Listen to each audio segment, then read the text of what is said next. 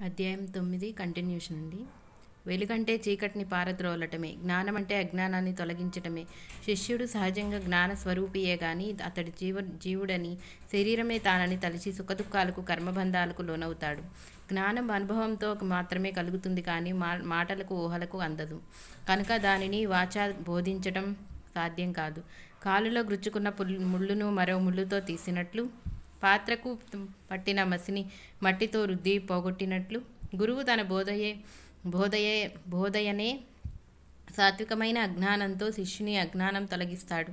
అప్పుడు శిష్యునితో దాగి ఉన్న జ్ఞానం శిష్యునికే అనుభవం అవుతుంది.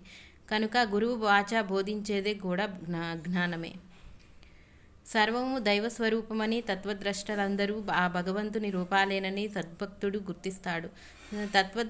తత్వదృష్ట లేక బ్రహ్మజ్ఞాని అయిన గురువు కూడా శిష్యుణ్ణి ఆ భగవంతుని రూపంగానే దర్శిస్తాడు. అటువంటి గురిని ప్రాశస్యం తెలిపేందుకే కృష్ణుడు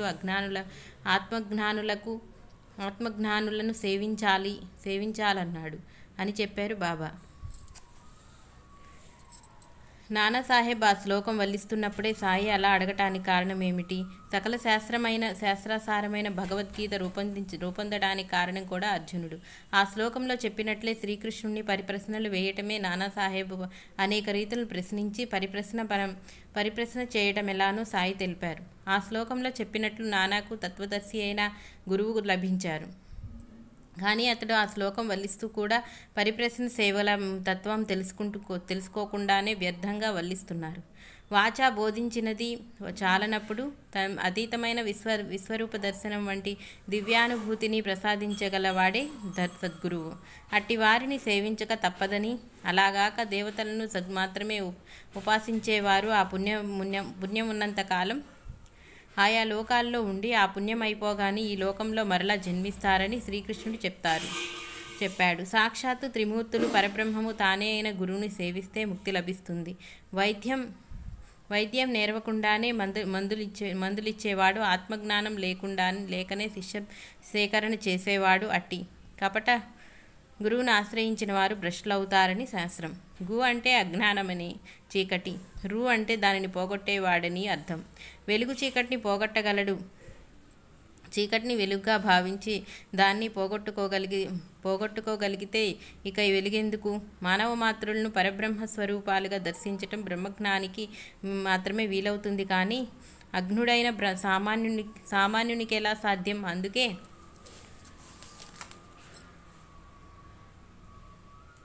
సప్తశృంగేరి దేవి శ్రీమన్నారాయణుడు తమ భక్తులను సాయి వద్దకు పంపారు. అందుకే వేద ఋషులు, శ్రీకృష్ణులు మొదలుకొని సాయి వరకు మహాత్ములందరూ గురువునే సేవించాలన్నారు. కానీ ఈ ప్రపంచంలోని సాధువులందరిలో ఎవరు బ్రహ్మజ్ఞానులో ఎవరు కారో అని తెలుసుకోవాలి.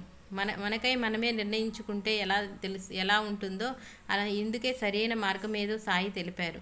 కుశాబాహు అనేటి ఒక టీచర్ ఒక సాధువును ఆశ్రయిస్తే ఆయన ఒక మంత్రం చెప్పారు. దానివల్ల అతడి కోరగానే పండ్లు, మిఠాయిలు వచ్చి వస్తువులు విచిత్రమైన రీతిన అతని చేతిలోకి వచ్చేవి. అది చూచి జనం అతని చుట్టూ చేరసాగారు. కొందరు అతనిని రకరకాలుగా విమర్శించసాగారు. వీరిని దండించటానికి తగిన మంత్రాలు నేర్పమని అతడు ఆ సాధువుని వేధించసాగాడు. ఆ సాధువు అతనిని ఇక నుంచి సాయిబాబాను ఆశ్రయించమని చెప్పి హిమాలయాలకు వెళ్ళిపోయాడు.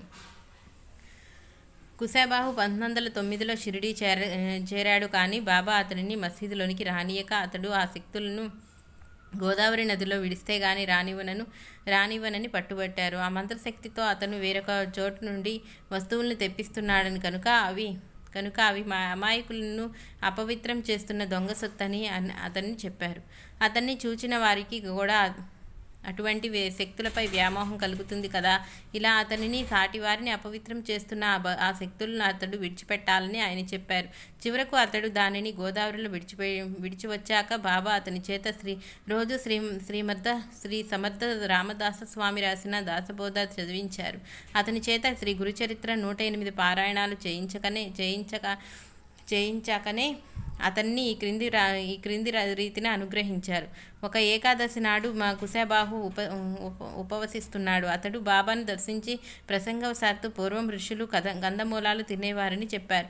సాయి ఆ పదాన్ని కాంద, ఉల్లిగడ్డ అని చమత్కరించి అతనిని ఆ ఉల్లిగడ్డని తినమన్నారు. అతడు దిక్కుతోచక ఆయన తింటూ తాను తింటానన్నాడు. అప్పుడు ఇద్దరు చెరికొన్ని తిన్నారు. అప్పుడు సాయి కొందరు భక్తులను పిలిచి, ఆ సద్బ్రాహ్మణుడు చూడండి, ఏకాదశి నాడు ఉల్లి తిన్నాడు అని చెప్పి గేలి చేశాడు. అతడు తనను బాబా ఆదేశిస్తే ఉల్లి తిన్నానని ఆయన కూడా తిన్నారని చెప్పాడు. బాబా అంగీకరించక తాము తిన్నది కక్కి చూపారు. అందులో కందమూలాలు మాత్రమే ఉన్నాయి, కానీ మచ్చుకైనా ఉల్లి లేదు.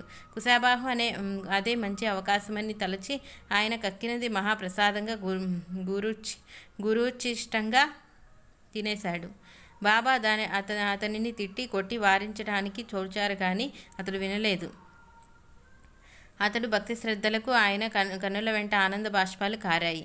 ఆయన అతన్ని ఆశీర్వదించారు. అతడు మంచి గురుభక్తుడయ్యాడు. ఈ లీల లోకానికి శ్రీ గురుచరిత్ర యొక్క ప్రాశస్త్యం తెలిపారు బాబా. ఈ లీల ద్వారా దాని పారాయణ కుశాబాహు పవిత్రుని చేసి సద్గురు కృపను పాత్రుని చేసింది. సాటేకు హేమత్వంతుకు కూడా అట్టి శ్రేయస్సునే ప్రసాదించింది. శ్రీ వాసుదేవానంద సరస్వతి, రంగావధూత, నానే మహారాజ్ వంటి వారికెందరో ఈ గ్రంథం పారాయణమే వారు ఆశ్రయించదగిన గురువుని గురించి తెలిపి వారిని గురుకృపకు పాత్రలను చేసి మహాత్ములుగా రూపొందించి పూర్ణులైన గురువులను ఎలా అన్వేషించి ఆశ్రయించాలో చెప్పిన గ్రంథం ఒక్కటే. రెండవ దత్తావతారమైన శ్రీ నృసింహ సరస్వతి స్వామి అంతర్హీనులయ్యాక వారి దివ్యలీలలు విని నామధారకుడు ఆయన సాక్షాత్కారం కోసం తపిస్తూ గాన్గాపురం చేరారు. అతడిక్కడ సిద్ధుడనే యోగపురుషుడు శ్రీ నృసింహ సరస్వతి స్వామి స్వప్న దర్శనమిచ్చాడు. నామధారకుడు నిద్రలేకంగానే ఆ సిద్ధయోగే ప్రత్యక్ష దర్శనమిచ్చి అతనికి శ్రీ గురుచరిత్ర చెప్పాడు.